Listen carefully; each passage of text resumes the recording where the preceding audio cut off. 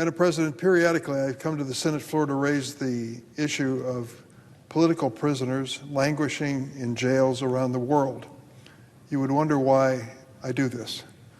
Well, it came to my attention that there's some real miscarriages of justice in terms of these political prisoners.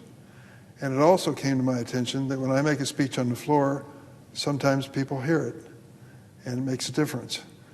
Thanks to the good work of Chris Homan, my chief staffer on this project, we have been party to and assisting in many releases of prisoners around the world. Some have come to visit me in my office here in the Capitol, saying they were languishing in prison and nobody even knew they were alive. And I gave a speech, and I talked to the ambassador, and the next thing you know, they're home. So on the off chance that good fortune will come through again, I'm going to make this effort this evening and joined by Senator Welch of Vermont. There are journalists, activists, opposition candidates, and everyday citizens who are too often victims of petty, repressive regimes for simply trying to exercise basic democratic freedoms we take for granted in this country.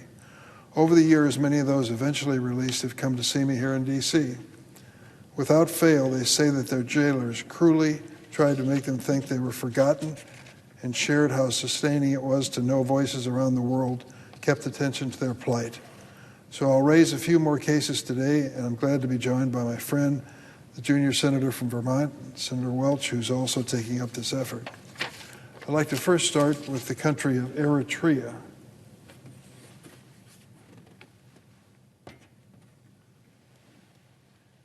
An abysmal human rights record in that country. It has the nickname, the distinction of being the North Korea of Africa.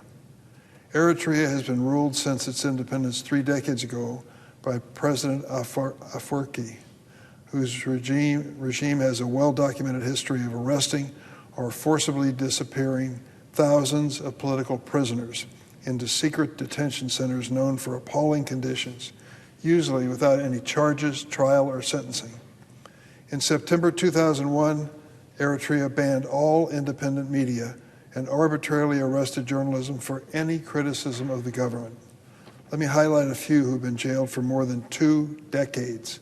2 decades. Dawit Isaak, an award-winning Swedish-Eritrean journalist. Emmanuel Azrat, a distinguished poet and publisher. Seyum Shihavi, a war journalist and television executive. And finally, Timosegan Gebrayes, an actor and journalist. All of them are depicted on this sign. They remain in prison, along with thousands of Eritreans under unimaginable conditions with no end in sight. I urge President Afwerki, end this madness, free these political prisoners. It would be an important step toward establishing your reputation in the world and ending international sanctions and Eritrea's isolation. Next, Saudi Arabia. A country with which we've shared many interests, but also in which unacceptable political repression continues to complicate our relationship. I have long advocated for the case of writer Raif Badawi, who's over in this corner, who in 2022 was at last released after spending 10 years in Saudi prison for a crime of exercising his right to free speech. Yet to this day, he remains subject to a cruel travel ban, preventing him from reuniting with his family in Canada. Walid Abu Akhir, a women's rights activist, Salma al-Shabaab, and other such prisoners. Walid has been in prison since 2014 for his human rights work, and in 2022, Salma was given an outrageous 34-year prison sentence for this. Let me tell you what her crime was. Ready? She used Twitter. That was it. Enough. 34 years. Throw away the key.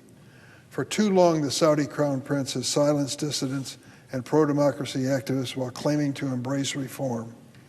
Such reform should include allowing Raif to unite with his family in Canada, as well as unconditionally releasing Walid, Salma, and countless other political prisoners without delay. Next, the Asian country of Tajikistan. Didn't want to drop that. Which wants to increase security and economic cooperation with the United States. As I've long said, respect for human rights and fundamental freedoms, especially for opposition parties, remains critical for countries that want a closer relationship with the United States. As such, I urge the release of human rights lawyer Buzakir Yurov, who is serving 28 years in prison for simply representing Tajikistan's legal opposition in court.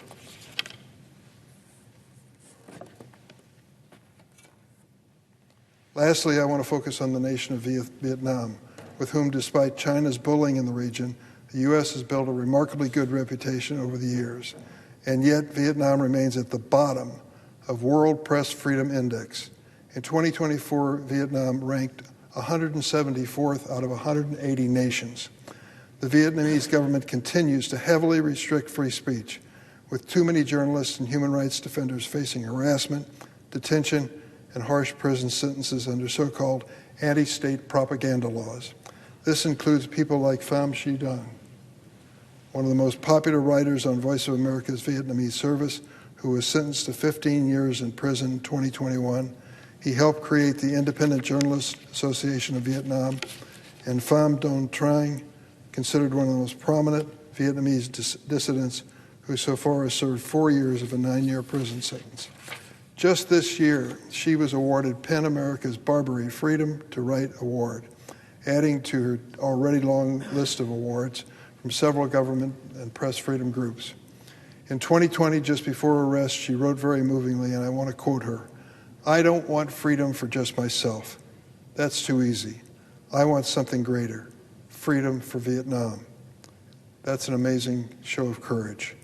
I've seen the same from so many other political prisoners around the world, willing to go to prison for their freedom. Before I turn the floor over to Senator Welch, I want to remind these brave individuals in Eritrea, Saudi Arabia, Tajikistan, and Vietnam, you are not forgotten. We will continue to advocate for your well-being and release and speaking your names to the world.